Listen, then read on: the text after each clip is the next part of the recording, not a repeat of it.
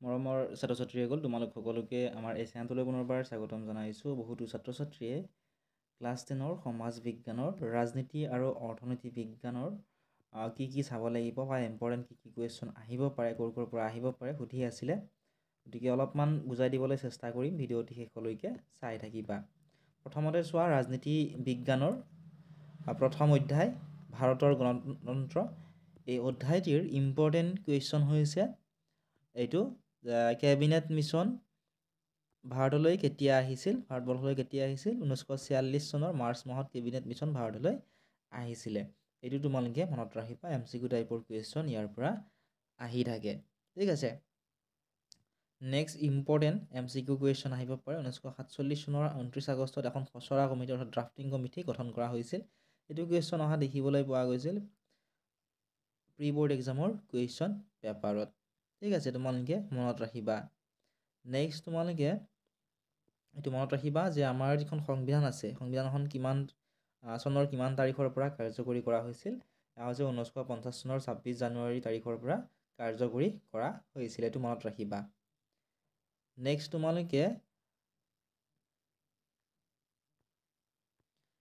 ইয়াৰে এইখিনি তোমালোকে চাবা। মই আগতে ক'লোঁ 1950 চনৰ 26 জানুৱাৰীত সংবিধানখন কাৰ্যকৰী কৰা হৈছিল, আৰু সেই সময়ত কিন্তু সমাজবাদী, ধৰ্মনিৰপেক্ষ আৰু এই ঐক্য এই শব্দকেইটা নাছিল। এই শব্দকেইটা 1974 চনৰ 18 ডিচেম্বৰ তাৰিখে সংবিধানৰ 42তম সংবিধানৰ সংশোধনৰ জৰিয়তে এই শব্দ তিনিটা প্ৰস্তাৱনাত সংযোগ কৰা হয়। ইয়াতে তোমালোকৰ এইটো কুৱেশ্যন সোধে যে সংবিধানৰ কিমানতম সংশোধনৰ জৰিয়তে সমাজবাদী, ধৰ্মনিৰপেক্ষৰ ঐক্য শব্দকেইটা প্ৰস্তাৱনাত সংযোগ কৰা হৈছিল? মনত ৰাখিবা 42তম। এইটো কুৱেশ্যন প্ৰায়ে আহি থাকে পৰীক্ষাত। এইবাৰ মেট্ৰিক পৰীক্ষাটো অহাৰ এইটো কুৱেশ্যন বহুত বেছি চান্স আছে। নেক্সট তোমালোকে এইখিনি মনত ৰাখিবা, সংবিধানৰ খচৰা কমিটিৰ সদস্যসকলৰ নাম। এওঁলোকৰ নামকেইটা তোমালোকে মনত ৰাখিবা। তোমালোকক পৰীক্ষাত ইয়াৰ পৰা MCQ টাইপৰ কুৱেশ্যন দিব।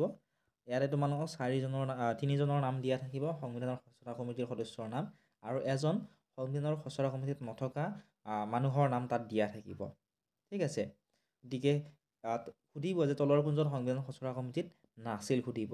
গতিকে এইকেইটা যদি তোমালোকে মনত ৰাখা, তোমালোকে ইজিলি সেই MCQটোৰ আনচাৰটো ধুনীয়াকৈ কৰিব পাৰিবা। ঠিক আছে, মনত ৰাখিবা তোমালোকে।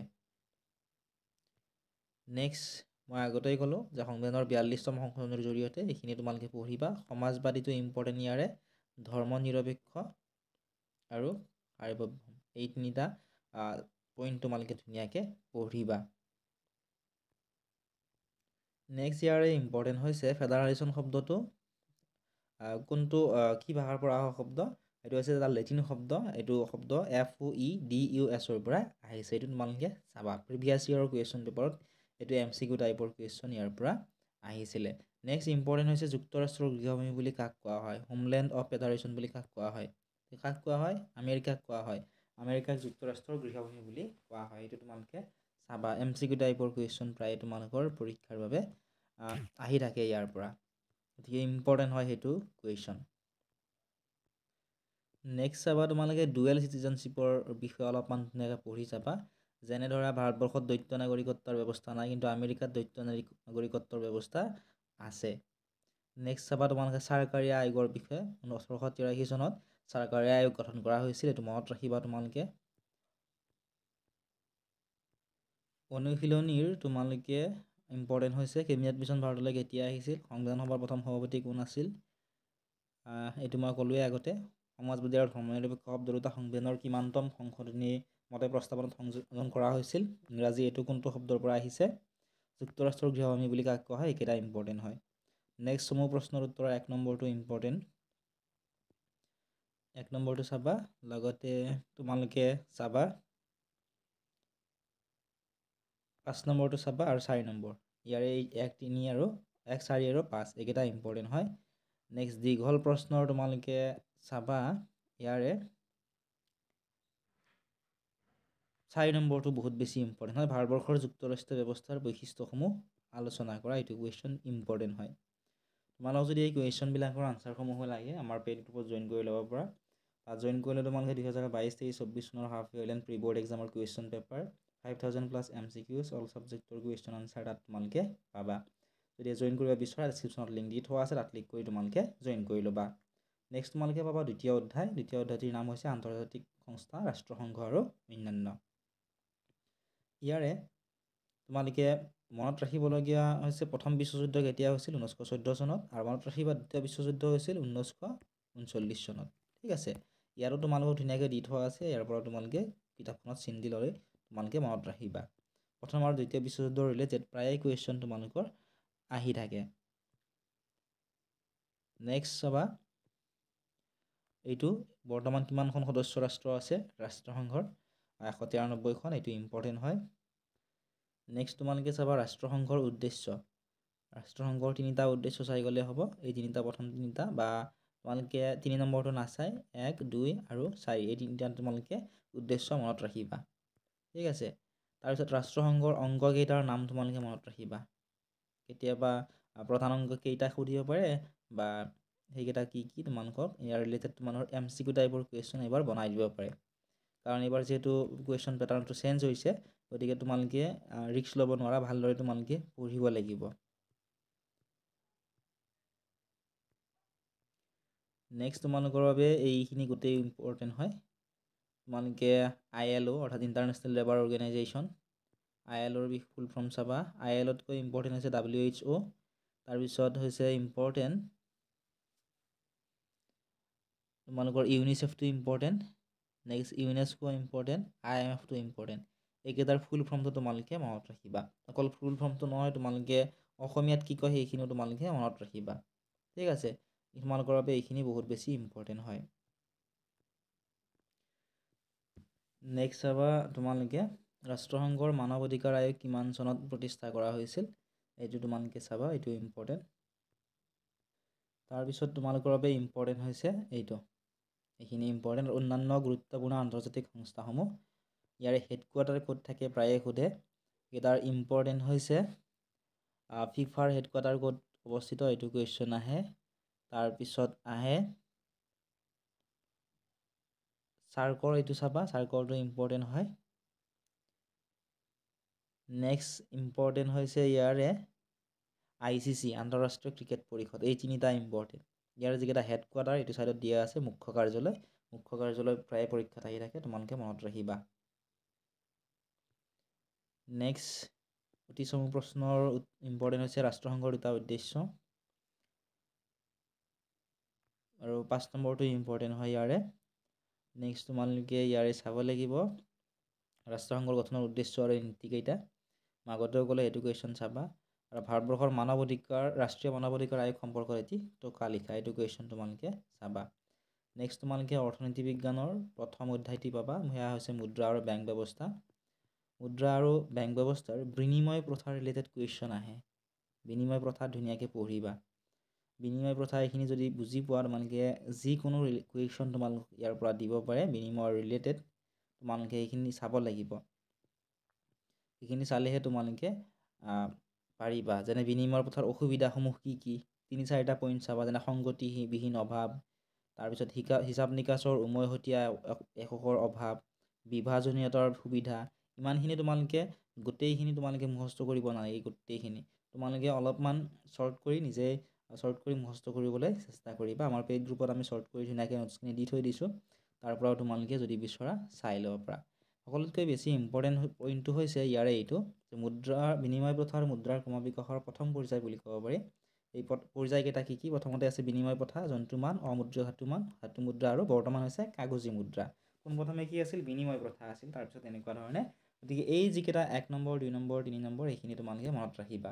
পৰীক্ষাত তোমালোকক ওলট পালটকৈ দিব, তোমালোকে শুদ্ধ যিটো ক্ৰম সেইটো তোমালোকে বাছি উলিয়াবলৈ লাগিব। গতিকে মনত ৰাখিবা তোমালোকে, এইটো ইম্পৰ্টেণ্ট হয়। নেক্সট ইম্পৰ্টেণ্ট হৈছে মুদ্ৰাৰ বৈশিষ্ট্যসমূহ। মুদ্ৰাৰ বৈশিষ্ট্যসমূহ তোমালোকে ইয়াৰে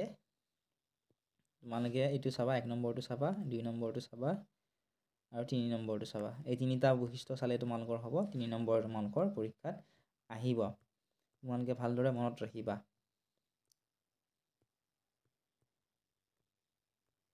নেক্সট তোমালোকে পেজ নম্বৰ 27ত থকা চেক মুদ্ৰাৰ এইখিনি পঢ়ি যাবা।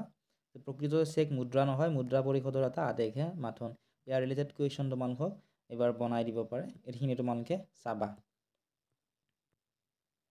নেক্সট ইম্পৰ্টেণ্ট হৈছে মুদ্ৰাৰ অসুবিধাসমূহ। মুদ্ৰাৰ তিনিটা অসুবিধা তোমালোকে মনত ৰাখিবা। এই তিনিটা যিহেতু শ্বৰ্ট হয়, এই তিনিটা তোমালোকে মনত ৰাখিবা। তাৰপিছত তোমালোকে কেন্দ্ৰীয় বেংকৰ বিষয়ে এইখিনি গোটেই পঢ়িবা। ইয়াৰে ইম্পৰ্টেণ্টখিনি হৈছে ভাৰতীয় ৰিজাৰ্ভ বেংক কিমান চনত স্থাপিত হৈছিল? 1935 চনত। এইটো ইম্পৰ্টেণ্ট হয়। সবাতোকৈ পুৰণি কেন্দ্ৰীয় বেংক কোনটো? ছুইডেনৰ ৰিক্স বেংক হৈছে সবাতোকৈ পুৰণি কেন্দ্ৰীয় বেংক। এইটো মনত ৰাখিবা। লগতে কেন্দ্ৰীয় বেংকে সম্পাদনা কৰা এইটো কাৰ্য চাবা। তাৰপিছত ইয়াৰে আৰু দুটা কাৰ্য তোমালোকে চাবা। শ্বৰ্টকৈ লিখিবা, ইয়াত বহুত দীঘলকৈ আছে। অলপ এইখিনি চালেই হ'ব। গোটেইবিলাক তোমালোকে মুখস্থ কৰি আৰু অবাবত সময় নষ্ট কৰিব নালাগে। অলপ অলপ চালে তোমালোকে হৈ যাব। তোমালোকে অলপমান নিজে বনাই লিখিবলৈ পৰীক্ষাত যদি আহে চেষ্টা কৰিবা। নেক্সট ইম্পৰ্টেণ্ট হৈছে ইয়াৰে নাবাৰ্ডৰ ৰিলেটেড কুৱেশ্যন প্ৰায়ে আহি থাকে। নাবাৰ্ড ইম্পৰ্টেণ্ট হয়। নাবাৰ্ড কেতিয়া স্থাপন হৈছিল? 1982 চনত। নাবাৰ্ডৰ মূল কাৰ্য কি? গোটেইখিনি তোমালোকে চাবা। নাবাৰ্ডৰ ৰিলেটেড কুৱেশ্যন প্ৰায়ে অহাৰ চান্স থাকে। বহুত বেছি ইম্পৰ্টেণ্ট হয় নাবাৰ্ডৰ ৰিলেটেড। ঠিক আছে।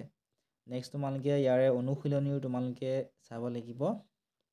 অবিহিত মুদ্ৰাৰ উদাহৰণ এইটো ক'লোৱে মই তোমালোকক। ভাৰতীয় ৰিজাৰ্ভ বেংক কোন চনত স্থাপিত হৈছিল? মুদ্ৰাৰ তাৰল্য গুণ কি চাবা। মুদ্ৰাৰ কোনটো বৈশিষ্ট্য সবাতোকৈ গুৰুত্বপূৰ্ণ আৰু কিয়? সংগতিবিহীন অভাৱে বিনিময় প্ৰথাত কেনেদৰে সমস্যাৰ সৃষ্টি কৰে সেইটো চাবা। আৰু 5 নম্বৰটো চাবা। দীঘল প্ৰশ্নৰ তোমালোকে চাবা বিনিময় প্ৰথাৰ অসুবিধা। 4টা চাব নালাগে, 2টা বা 3টা চালেই হ'ব। 4 নম্বৰটো চাবা। 5 নম্বৰটো তোমালোকে চাব লাগিব। এইকেইটা তোমালোকে চাবা। নেক্সট তোমালোকে দ্বিতীয় অধ্যায় পাবা। দ্বিতীয় অধ্যায়টিৰ নাম হৈছে অৰ্থনৈতিক উন্নয়ন। অৰ্থনৈতিক উন্নয়নৰ ইম্পৰ্টেণ্ট হৈছে প্ৰায়ে প্ৰত্যেকবাৰে কুৱেশ্যন আহি থাকে ইয়াৰে নীতি আয়োগৰ ৰিলেটেড কুৱেশ্যন। যে নীতি আয়োগৰ অধ্যক্ষ কোন? এইটো চাইডত চোৱা দিয়া আছে। প্ৰধানমন্ত্ৰী। উপাধ্যক্ষ কোন? প্ৰধানমন্ত্ৰীৰ দ্বাৰা নিযুক্ত। অধ্যক্ষ কোন? সেইটো কুৱেশ্যনে আহি থাকে। সেইটো কুৱেশ্যনে ইম্পৰ্টেণ্ট হয়। তোমালোকে মনত ৰাখিবা। এতিয়া নীতি আয়োগ গঠন হৈছিল, সেইটো তোমালোকে মনত ৰাখিবা 2014 চনত। এইটো ইম্পৰ্টেণ্ট হয়। নেক্সট তোমালোকে অনুশীলনীৰ চাবা ব্যক্তিগতকৰণৰ ৰিলেটেড। তাৰপিছত তোমালোকে চাবা গোলকীকৰণ বা বিশ্বায়ন। আৰু যদি বিচৰা তোমালোকে মানৱ উন্নয়নটো চাই যাব পাৰা, কিন্তু এই দুটা তোমালোকৰ বহুত বেছি ইম্পৰ্টেণ্ট হয়। এই দুটা তোমালোকে চাবা। তাৰপিছত চাবা তোমালোকে 5 নম্বৰ প্ৰশ্নটো। এইটো ইম্পৰ্টেণ্ট হয়। ভাৰতবৰ্ষৰ পঞ্চবাৰ্ষিক পৰিকল্পনাৰ 3টা মূল লক্ষ্য উল্লেখ কৰা। এইটো কুৱেশ্যন ইম্পৰ্টেণ্ট তোমালোকৰ বাবে। নেক্সট তোমালোকে চাব লাগিব ইয়াৰে 11টো নাচাবা। 11টো তোমালোকৰ নাহে পৰীক্ষাত। তোমালোকে এইটো চাব পাৰা অৰ্থনৈতিক সংস্কাৰৰ 3টা সুফল। এইখিনিয়ে আছিল আজিৰ এই ভিডিঅ'টিত। যদি এই ভিডিঅ'টো চাই ভাল পাইছা তেতিয়া লাইক কৰি দিয়াৰ লগতে চেনেলটো ছাবস্ক্ৰাইব কৰি দিবলৈ নাপাহৰিবা। আৰু আমাৰ হোৱাটছআপ চেনেলৰ লিংক ডেছক্ৰিপশ্যনত দি থোৱা আছে, তাত ক্লিক কৰি তোমালোকে জইন কৰি ল'ব পাৰিবা। কিবা যদি সুধিবলগীয়া থাকে কমেণ্ট ছেকশ্যনত সুধিবা।